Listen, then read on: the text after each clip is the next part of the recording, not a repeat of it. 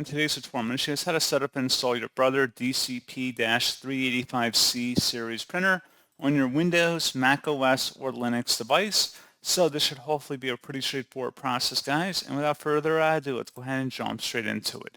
So all I have to do is open up a web browser, and into Google search, you want to search for Brother DCP, and then do a space 385C support. Go ahead and search for that. One of the best results should be a Brother support page. This is Brother DCP-385C support. Go ahead and open that up.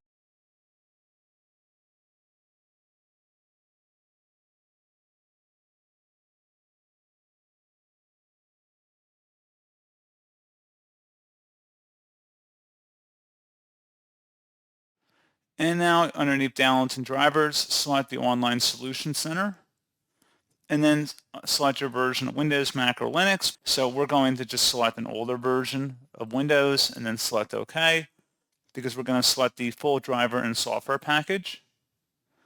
And then select the full driver and software package here, and you want to agree to the license terms and download. And give it a moment. We're going to go ahead and install that or download it to our device. And open up that file. You want to decompress it to the desktop, so we're going to change the browse folder to desktop in here, and then select OK, and then decompress.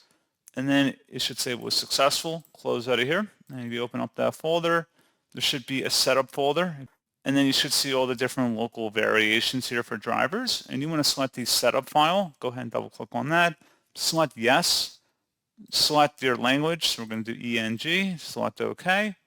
And then you want to proceed with the on-screen wizard of getting your printer configured for your device preferences. And that's all you have to do. So pretty straightforward process, guys. And as always, thank you for watching. I do hope that was able to help you out. And I do look forward to catching you all in the next tutorial. Goodbye.